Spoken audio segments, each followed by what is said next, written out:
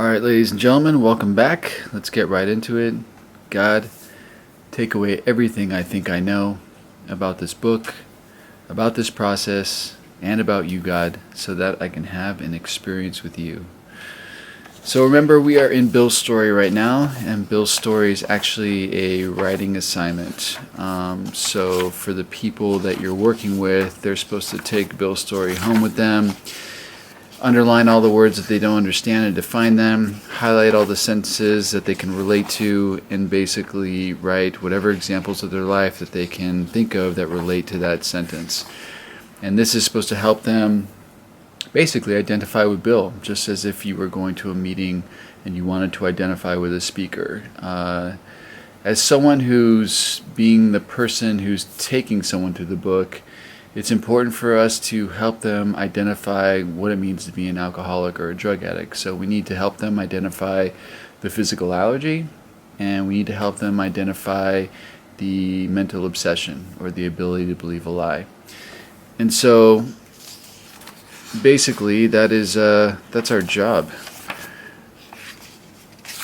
So I think that we left off on page 8, and the reason that I stopped there is that pretty much everything before what we're about to read is really about, kind of when alcohol and drugs worked, when it was fun, the gradual fall, what we felt like to be hopeless, really that identification of the physical allergy, that phenomenon of craving, so wanting to stop but can't, where your body is doing something that's different from what your mind is intending. It's also about, how your brain lies to you, how it justifies and rationalizes, how our pride gets in the way.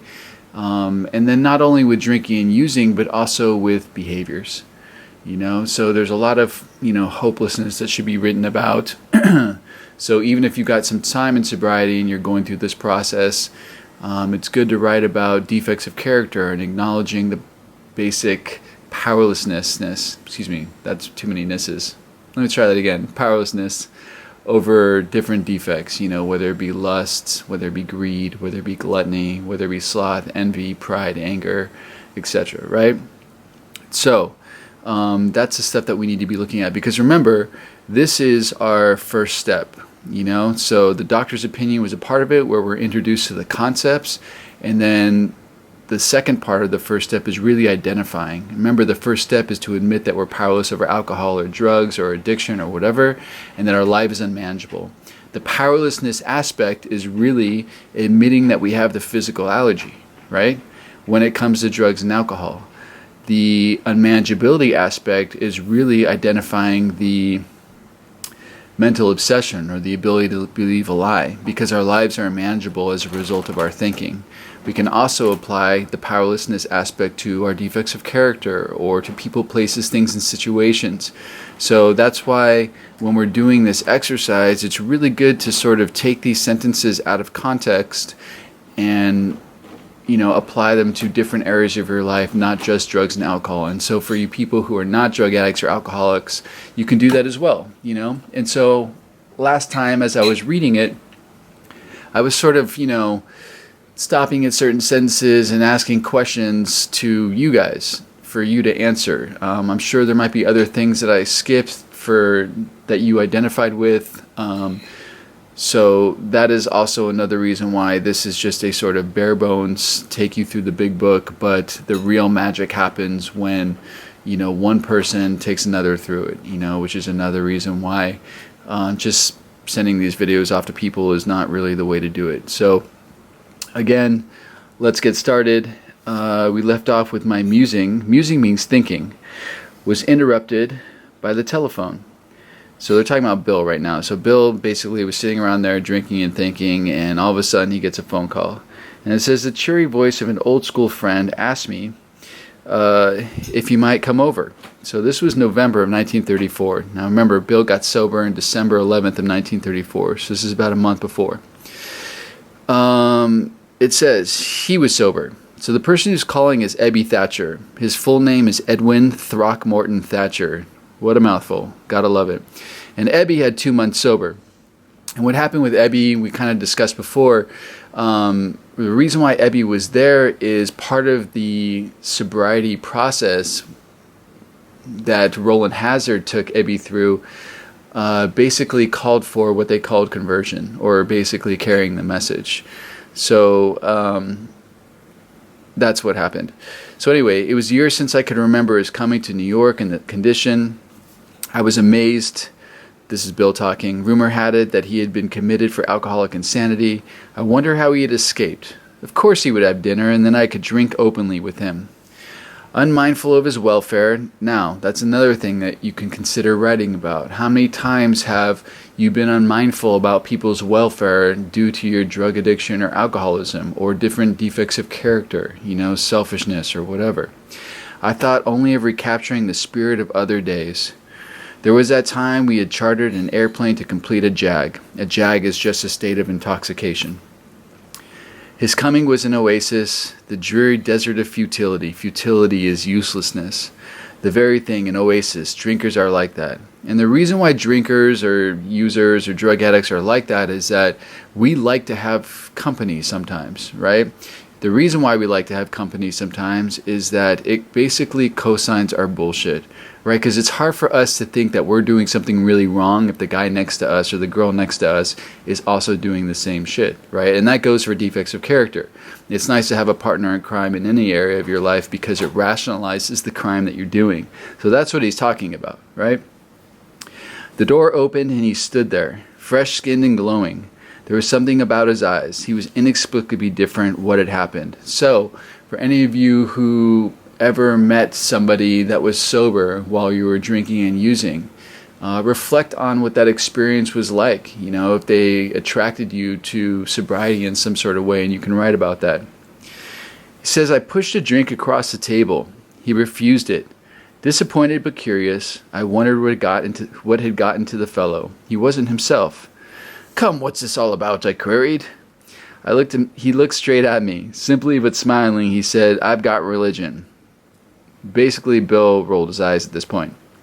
It says I was aghast, which means amazed or surprised or whatever, right? So that was it. Last summer, an alcoholic crackpot. Now I suspected a little cracked about religion. So Bill is just like over it. He thinks that Ebby, his buddy, has totally lost his mind because he's basically saying that he's involved in some religious thing.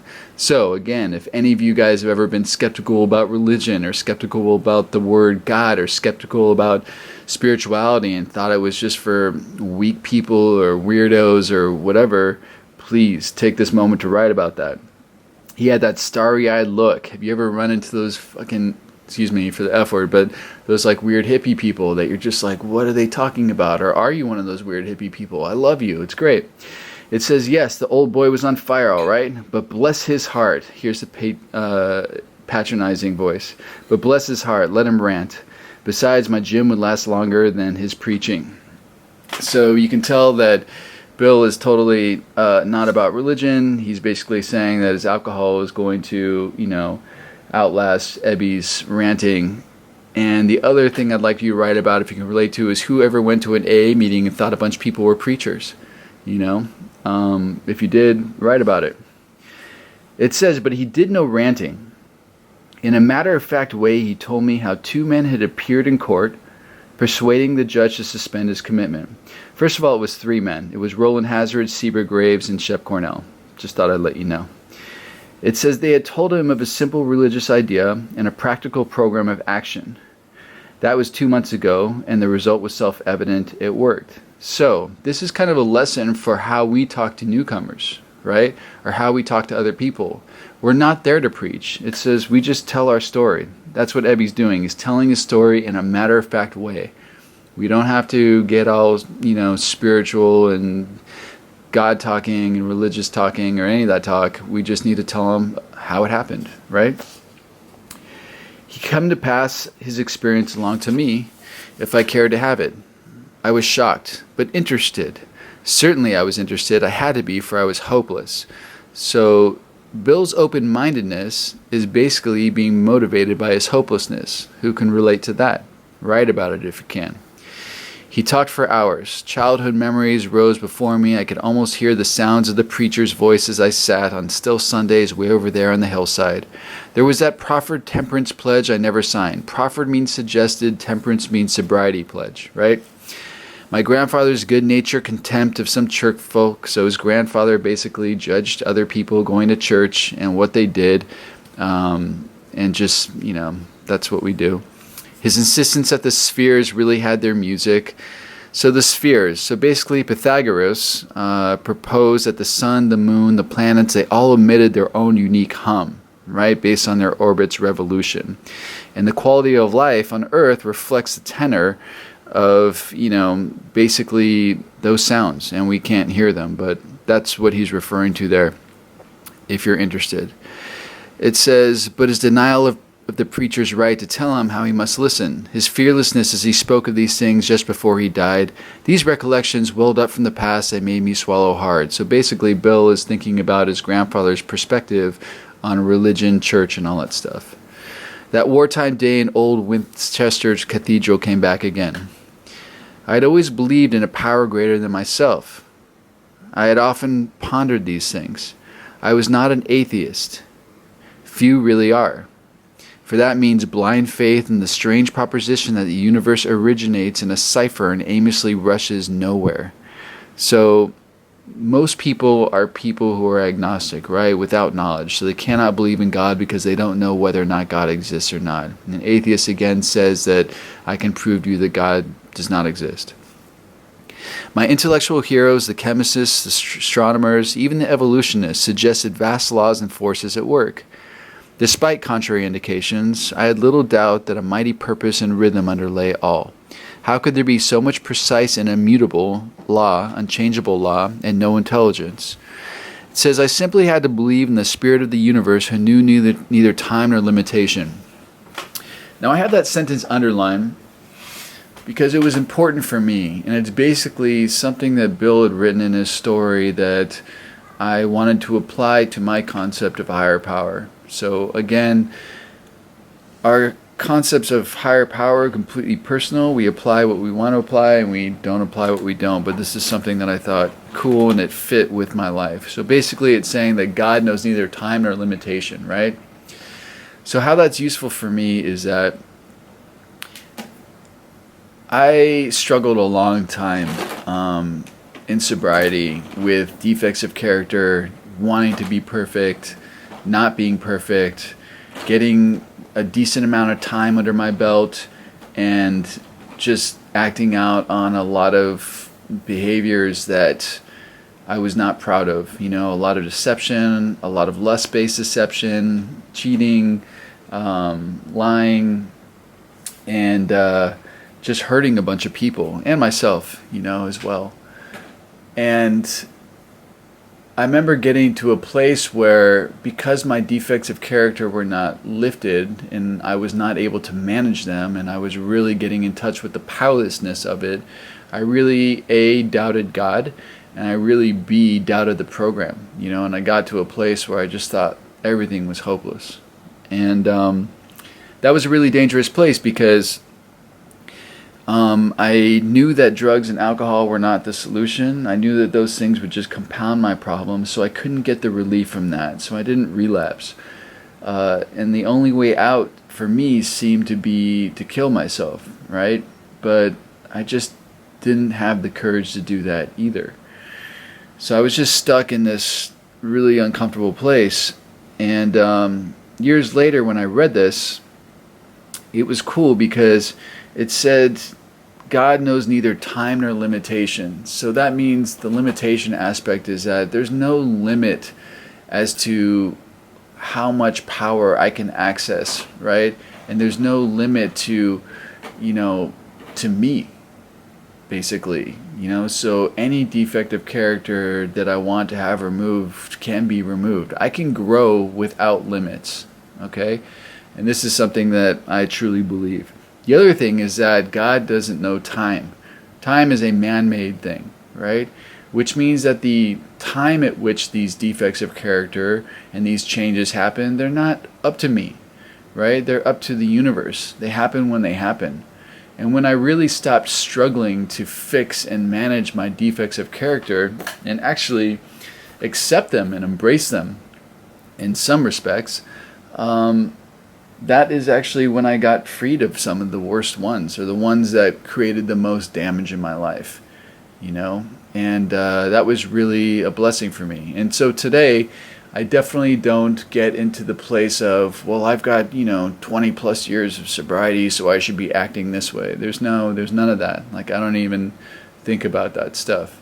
So that's why that was a really important line for me. So if you've got some time and you're struggling with the I should be this healthy because I've got this much time, maybe you can use this. And if you're new and you're not struggling with that yet, don't worry, it will come.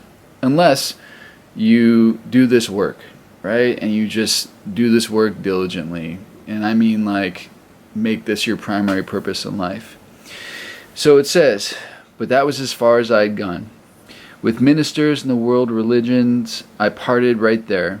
When they talked of a God personal to me, who was love, superhuman strength, and direction, I became irritated and my mind snapped shut against a theory. So basically, the reason why Bill struggled with that was because his life was full of tragedy and calamity and mess. So how could he possibly believe that God was personal to him or cared about him or loved him, So if you can relate to feeling like that, please write about it. It says, to Christ, I conceded the certainty of a great man, not too closely followed by those who claimed him. Now, I personally am a zeitgeist person who thinks that the idea of Christ is an idea that happened many times over before Christ ever existed and blah, blah, blah, blah, blah. So this personally doesn't apply to me, but that's me. Again, God of my own understanding. His moral teaching, most excellent. For myself, I had adopted those parts which seemed convenient and not too difficult. The rest I disregarded. So,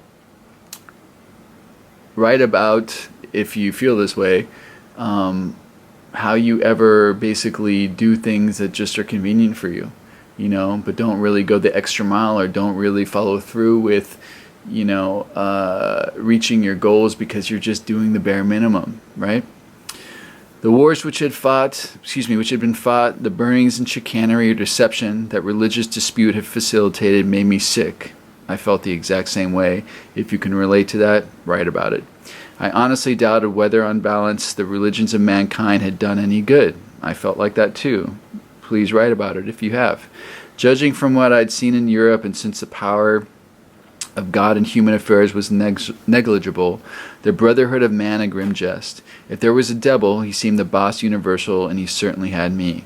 I totally related to that. In fact, when I was smoking meth out there was a time in my life where I basically thought that I was Satan manifested in human form. I'm sure this was meth-induced psychosis, but I basically believed that I'd be given all the gifts that I was given strictly to manipulate people to do evil. And that's where I was at in my life. So I could totally relate to that. My friend sat before me and he made the point-blank declaration that God had done for him what he could not do for himself. His human will had failed, and I can definitely relate to that, can you? So basically, look at what was the best that you could do with your life under your own willpower. And I'm not talking about all your accomplishments, but where did you end up? Why are you listening to this video even? I'm sure you'd have better things to do unless you were, hit some sort of bottom in some area of your life. Doctors had pronounced him incurable. Society was about to lock him up. Again, if you have had any experiences with doctors telling you that you need to stop or that you're not going to make it, please write about that. If you have any experiences about, either being in jail or prison or an asylum or being threatened with that, please write about that. Like myself, he admitted complete defeat.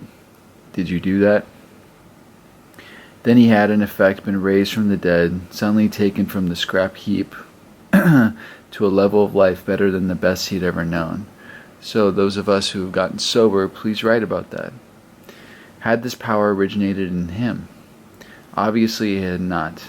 There had been no more power in him than there was in me at that minute, and this was none at all. So if you can relate to that, please write about that story and the things that led to you, making whatever change in life that, brought you to where you are today. That floored me.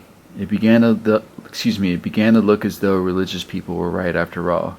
Here was something at work in the human heart which had done the impossible. And I have that highlighted because, again, I really like that concept of, basically God being within me, right? So if I really understand who I am, I, the light of God, my spirit will be joyful at all times. So this God thing is in my heart. God is love. God is blessing as many people in as many situations as I possibly can in each moment. It's just that whole emanating from within me idea of God. My ideas about miracles were drastically revised right then. Never mind the musty past, here sat a miracle directly across the kitchen table. He shouted, "Great tidings." Tidings were just new information. I saw that my friend was much more than inwardly reorganized. He was on different footing. His roots grasped the new soil. So, if you've been sober a while and you feel that way, please write about that. Despite the living example of my friend, there remained to me vestiges of my old prejudice, signs. Vestiges or signs of his old prejudice. The word God still arouses certain antipathy. So, if God or that word bothers you, please write about that. When the thought was expressed that there might be a God personal to me, this feeling was intensified. I didn't like the idea. I could go on for such conceptions as creative intelligence, universal mind, or spirit of nature, but I resisted the thought of the Tsar of the heavens, however loving his sway might be. So, what idea of God can you go for? And what ideas of God can't you go for? For me personally, when I read this book, I don't usually even use pronouns. God isn't it, or I just say God. It's never he or she. It's not anything. It's beyond that, because the more human characters or human characteristics that I apply to God, the smaller I make it. So I says, I have since talked with scores of men who felt the same way. My friend suggested what then seemed a novel idea. He said, why don't you choose your own conception of God? Now, remember the story. Ebby was really frustrated at this point. Bill's getting more drunk, and he's just like out of frustration saying, dude, come up with your own shit, right? But Bill writes, that statement hit me hard. It melted the icy intellectual mountain in whose shadow I had lived and shivered many years. I stood in the sunlight at last. So in that moment, Bill was struck by something. He became open-minded because he understood that he can construct his own conception of this higher power, or creative intelligence, or spirit of the universe, or whatever, right? It says it was only a matter of being willing to believe in a power greater than myself. So willingness was all that Bill needed. That's it. He didn't need to have a full-on concept. He didn't need to have a full-on idea or working knowledge or belief. It's just a willingness, right? Nothing more was required of me to make my beginning. I saw that growth could start from that point. Upon a foundation of complete willingness, I might build what I saw in my friend. Would I have it? Of course I would. Thus was I convinced that God is concerned with us humans when we want him enough. Now, I don't believe that, okay? The reason why I don't believe that is this. If God was only concerned with me when I wanted God enough, then I wouldn't be sitting here today. Something was taking care of me and wanting the best for me no matter what, even when I was out there not concerned about God or spirituality or being kind to people or helpful to people or anything like that. There was a time in my life where if you got in my way, I'd just run you over. There was a time in my life that I really was just out for mine and didn't care about anybody in my path. But even during that time, something picked me up and got me sober. And it wasn't like I said this before, it wasn't like my bottom was, any different that day than any other day. I mean, I was in jail again, big deal. I already had lost everything. I already had lost relationships with my family. I already lost all my material stuff. Like, that stuff was gone. You know what I mean? So really, why was it that one day that this idea came to me, and then I was open-minded enough and willing enough to listen to it and follow through with it? Like, all that stuff, all that power came from something that loved me, right? So I don't believe that there's any condition on God's love for me. I believe that God is concerned with me all the time. Now, what this process does is it allows me to connect to God so that I feel that presence in my life, right? And when I feel that presence in my life, then I can live in faith, then I can live with courage, then I can live feeling comfortable, right? And serene and peaceful and all that stuff that this book promises me. Which allows me to not be in fear, to not try to manipulate, to not try to get over on people or hurt people or step on people and do all that stuff that I do when I'm not living in faith, right? It allows me, again, to not live in fear, which I just said already, but I needed to repeat it. So that's really the blessing of me doing this work. But whether I'm living in fear and whether I'm doing the work or not, something is always taking care of me anyway. Okay, it says, "At long last I saw, I felt, I believed.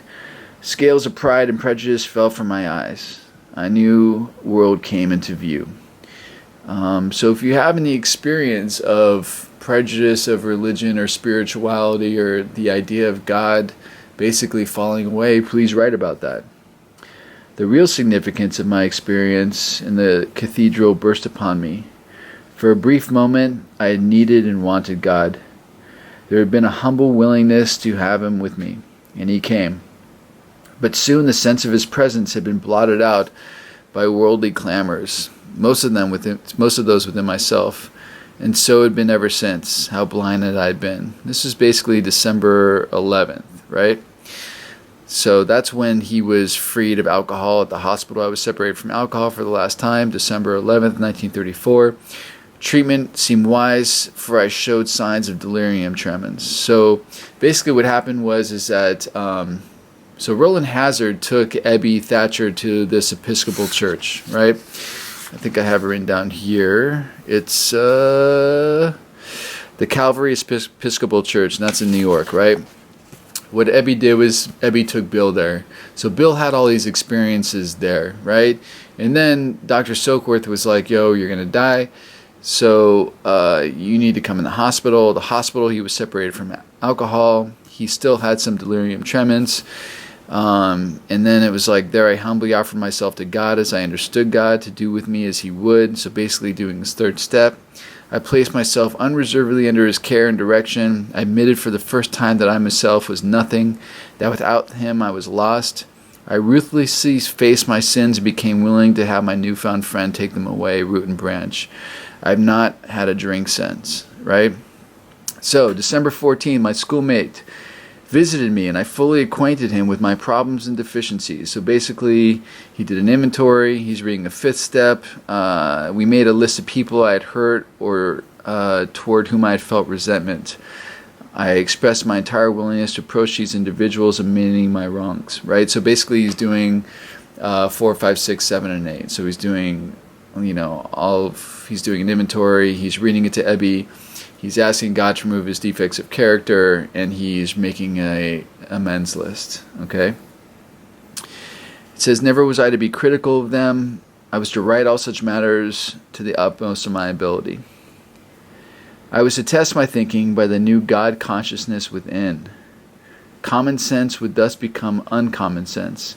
So the God consciousness within, basically that is, how can I serve God, right? And that is, how can I serve everyone and everything around me? That is basically testing our thinking on that lines. That's what it's about. And that's why Bill ran out to help as many people as he possibly could, because he knew that was part of that whole thing. It says, I was to sit quietly when in doubt, asking only for direction and strength to meet my problems as he would have me, or as God would have me, right?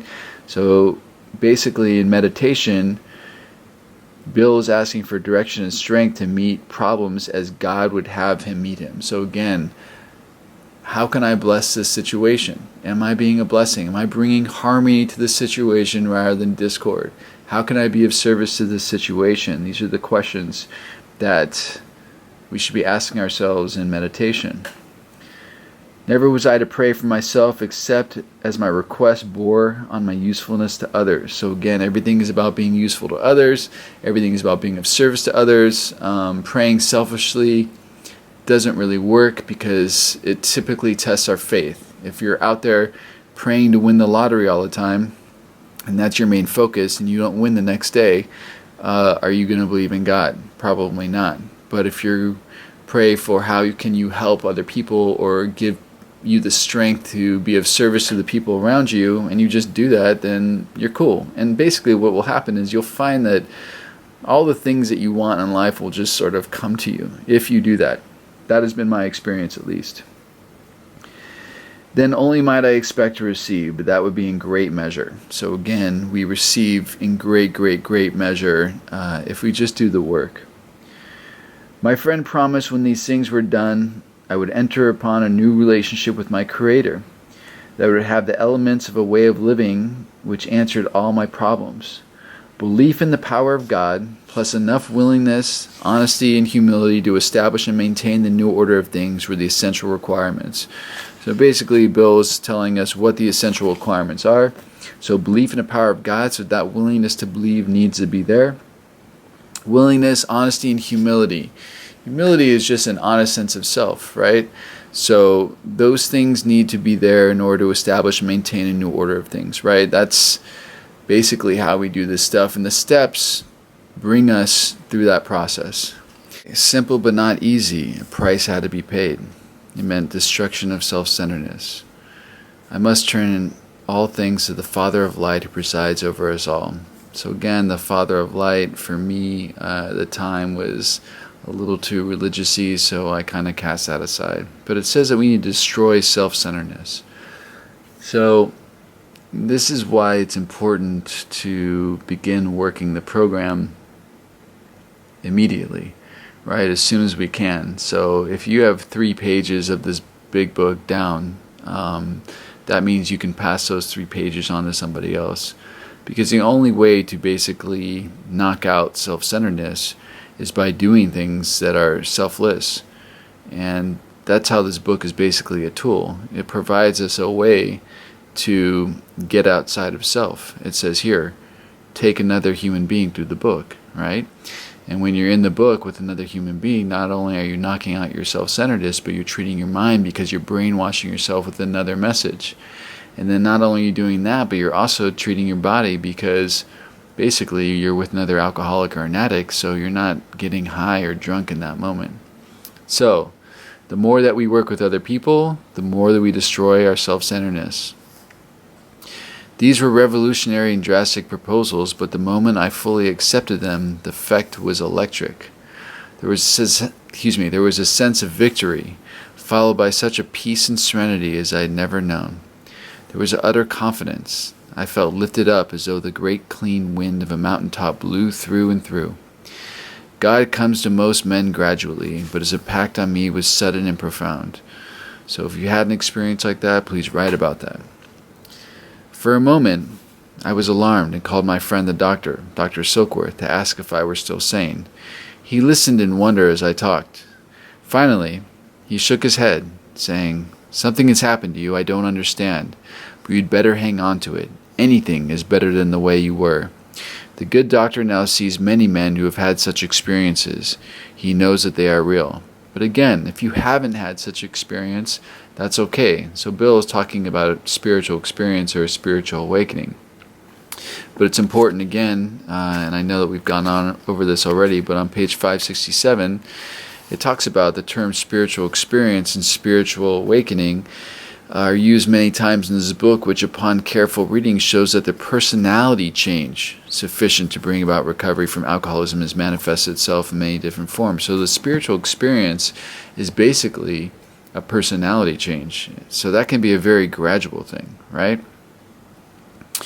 It says, while I lay in the hospital, the thought came that there were thousands of hopeless alcoholics who might be glad to have what had been so freely given to me. Perhaps I could help some of them. They in turn might work with others. So again, this is not really how it happened. I mean, Ebby had already pressed upon Bill that he needed to work with other people because that was part of what the deal was. So it wasn't like this idea that just came to Bill and whatever. So I just want to kind of clear the air there. It says, my friend had emphasized, so Ebby had emphasized the absolute necessity of demonstrating these principles in all my affairs. And the principles are the steps, right?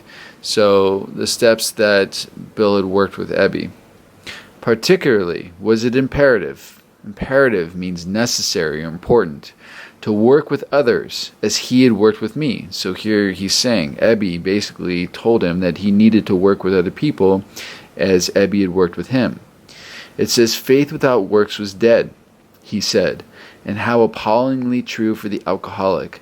For if an alcoholic failed to perfect and enlarge his spiritual life through work and self-sacrifice for others, he could not survive the certain trials and low spots ahead. If he did not work, he would surely drink again, and if he drank, he would surely die. Then faith would be dead indeed. With us, it's just like that. So, that is a meaty paragraph. The reason why I have it highlighted in my book is because it pretty much says it all. Number one, the word work is used more times in this paragraph than anywhere in the book. And so basically, when they're talking about working the program, what the people today should be talking about is working with others. That is working the program. If someone ever comes to you and is like, well, what do you do to work your program? There's really not my program or his program or her program or your program. There's only the program. The program is to work with other people. That's how it's designed, right? So I know that I've sat in meetings and I've heard some really funny things like, yeah, I called my sponsor this morning. This is how I work my program. And I went to a meeting and then I went to Pilates and then I went to my yoga class and then I saw my meditation guru. And then when I was at my guru's house and I left, and I went to the other Starbucks, I got a parking space because I prayed to the parking lot God and he gave me that space. And I mean, stories like that. And that's how people work their program. And that's all fine and dandy. But when it really comes to working the program of Alcoholics Anonymous or the 12 steps, how the founders basically created it was to work with other people, and it goes back to this whole triangle thing, right? Working with others means that you need to go to meetings because you need to find the people in meetings to work with, and every time that you are working with another human being, you are treating your mind because you're in the recovery, because you're reading the first 164 pages of the big book, So this is it. So if you're missing the working with others part, then you're not doing it. Now, some people might take issue with that, but truthfully, it doesn't matter whether or not you take issue with that because it's just how it is.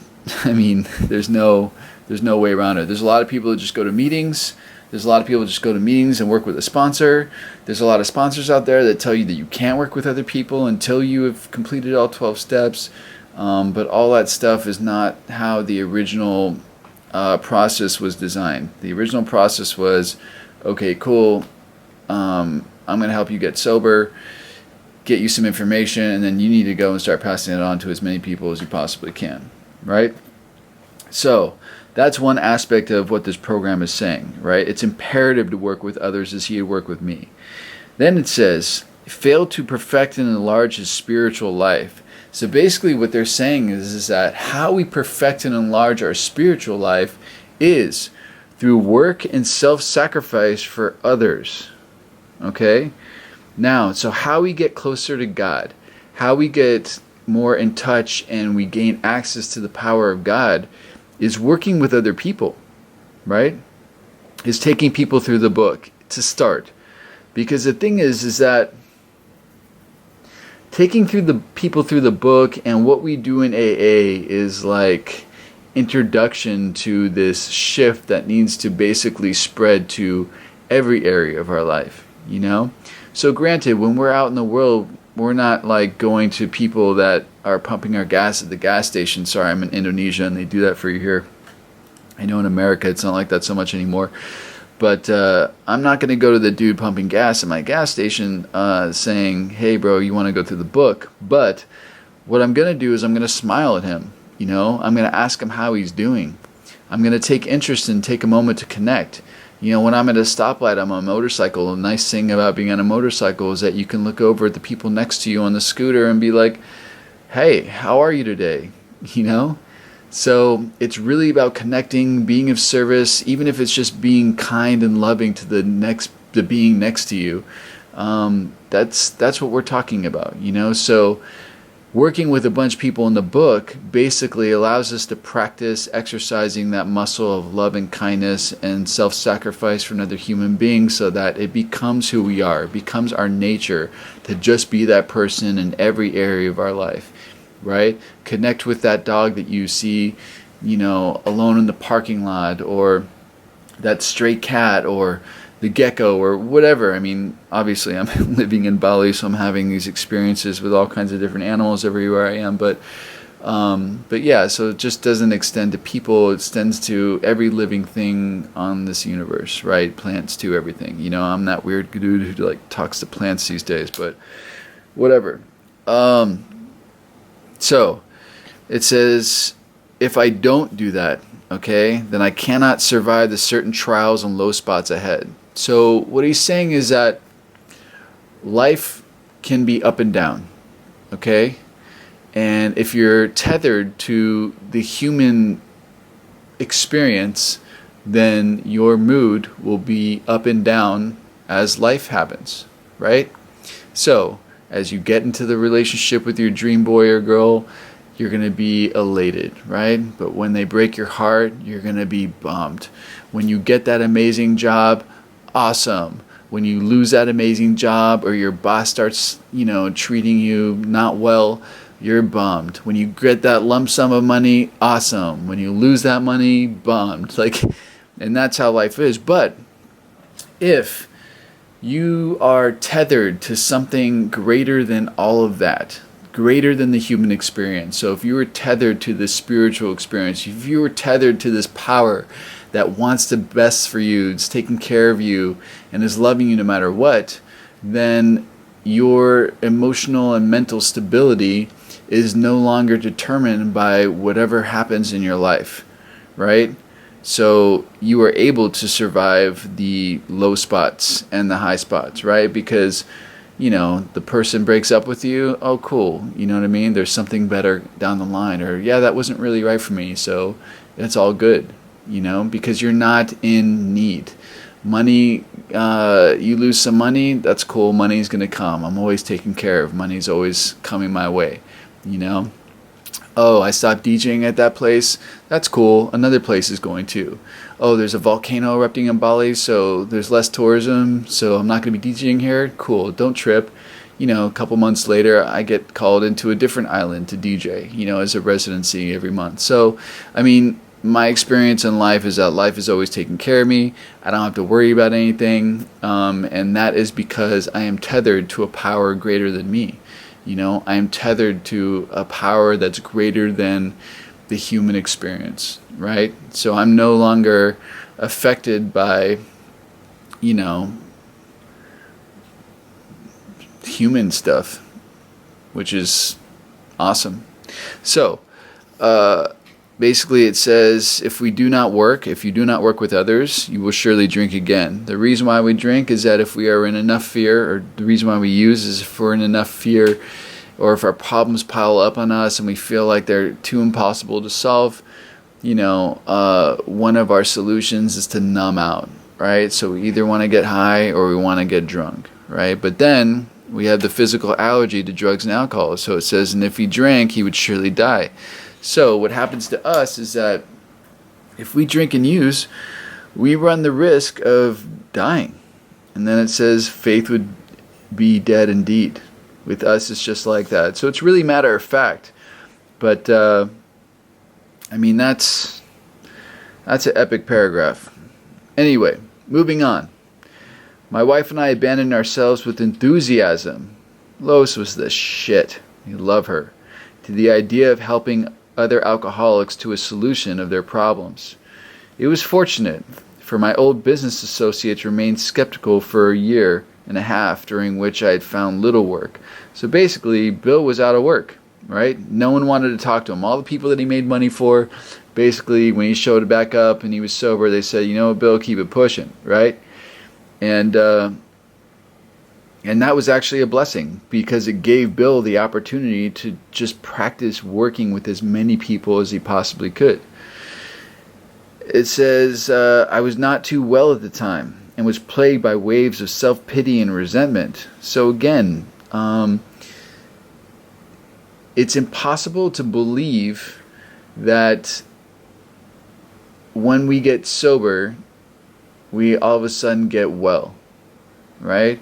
Or when we get sober, we become emotionally stable. Or when we get sober, our thinking is just good, right? In the beginning of sobriety, it takes time. You know, we've been practicing certain behaviors, we've been practicing certain, patterns of thinking and certain reactions for so many years, that to believe that all of a sudden that's going to be undone in a month or 6 months or a year, or even 5 years, and we're just going to be like golden children, that's crazy, right? So if you're new and you're feeling resentful, or if you feel self-pity and that's coming into your life, don't trip, but write about it, because you're relating to what Bill is going through. This sometimes nearly drove me back to drink. If you felt like that, please write about that. But I soon found that when all other measures failed, listen to this, work with another alcoholic would save the day. What? So, when we feel like drinking and using, working with another alcoholic will save the day. So if you're new and your sponsor is taking you through the work in a way that doesn't allow you to work with another human being, then you need to take a look at that, okay? And I'm not saying to let go of your sponsor, but I'm saying to start incorporating this method into your life, because this method simplifies things for you. Basically, take an hour of what I've gone through, which is usually a few pages, and just pass that on to somebody else. Listen to the video a few times over again so you get like the gist of it. Take some notes on the side of your book and pass it on to the best of your ability, right? Just so you get into the work, so that it's a practice for you, right? So that when, shit hits the fan, it's already comfortable for you to reach into this toolkit and pull out this tool, because this tool will save you down the line again and again and again and again. This tool saves me today. With 20 plus years of sobriety, if shit hits the fan, I know that I need to work with another human being, and I promise you, it saves my ass every single time. It is a godsend. And the rest of the time, when shit's not hitting the fan, I'm just enjoying life, because I'm still working with people all the time, and it's just maintaining my spiritual connection and my connection to this power, right? It's awesome. So I suggest that you do that. It says, many times I've gone to my old hospital in despair. On talking to a man there, I would be amazingly lifted up and set on my feet. It is a design for living that really works in rough going. So again, this is a design for living. Helping others is a design for living. We commence to make many fast friends, and a fellowship has grown up among us, which is a wonderful thing to feel a part of. So if you feel a part of the fellowship and the fellowship has become family for you, please write about that. The joy of living we really have, even under pressure and difficulty. I have seen hundreds of families set their feet in the path that really goes somewhere. Have seen the most impossible domestic situations righted, feuds and bitterness of all sorts wiped out. I have seen men come out of asylums and resume a vital place in their lives of families and communities. Business and professional men have regained their standing. There is scarcely any form of trouble and misery which has not been overcome among us. In one Western city and its environs or suburbs, there are 1,000 of us in our families. We meet frequently so that newcomers may find the fellowship they seek.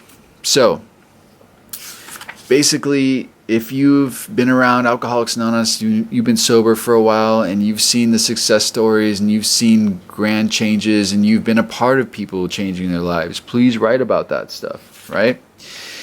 And it's talking about here, like, why meetings exist. So meetings exist for newcomers to basically find fellowship, right? So we need to be welcoming to newcomers, not shutting them down for dumb shit, right? At these informal gatherings, one may often see from 50 to 200 persons. We are growing in numbers and power. An alcoholic in his cups is an unlovely creature. If you can relate to that, please write about it. Or a drug addict with his needle, or a drug addict with his pipe, or whatever, is an unlovely creature. Our struggles with them are variously strenuous, comic, and tragic. One poor chap committed suicide in my home. He could not or would not see our way of life. There is, however, a vast amount of fun about it all. I suppose some would be shocked at our seemingly worldliness and levity, but just underneath there is a deadly earnestness. So, we do have fun in sobriety, lots of fun. If you're not having fun in sobriety, find some people that know how to have fun in sobriety and hang out with them. It's really important. One of the beautiful things about getting sober in Los Angeles was getting involved in young people's of Alcoholics Anonymous, and being taken under the wings of some really great people over there, like my friend Michelle, who basically really welcomed me into the fellowship in a way that nobody else had, right? And she was awesome. She introduced me to how to have parties in sobriety, how to dance in sobriety, how to DJ in sobriety, how to do everything, and it was really cool. She introduced me to a vast amount of people that were all my age, and it was rad. So, have fun if you can, so that otherwise sobriety will be miserable for you. And it is possible to have fun. But also, it's talking about how there's an earnestness about this thing, a deadly earnestness. So, we all understand that if we don't do this thing, A, we become assholes, and B, we die. So it's really important that we support each other in doing this work, right? It says faith has to work 24 hours a day and through us, or we perish. Most of us feel we need to look no further for utopia. We have it with us right here and now. Each day, my friend's simple talk in our kitchen multiplies itself in a widening circle of peace on earth and goodwill to men and women and animals and plants and everything, right? So I personally don't feel like I need to look any further for utopia. Utopia for me is in the present moment. This process and taking people through the book has allowed me to experience being in the moment, and practicing this way of life allows me to live in the moment today, which is truly a blessing. And yeah, for me, this is really about the kind of human being that I take out into the world, and I really want to be an example of peace on earth and goodwill to every single human being and every single anything that comes in my path. So basically, that's the end of Bill's story. We're going to move on to There's a Solution in the next session. And yeah, again, if you're new, I hope that you're taking this and working with other people. And if you've got time, I hope that you're taking this and working with other people. And I wish you all the best of luck. And again, I'd love to hear your comments about your experiences with working with others. All right, cool. Thanks. Bye.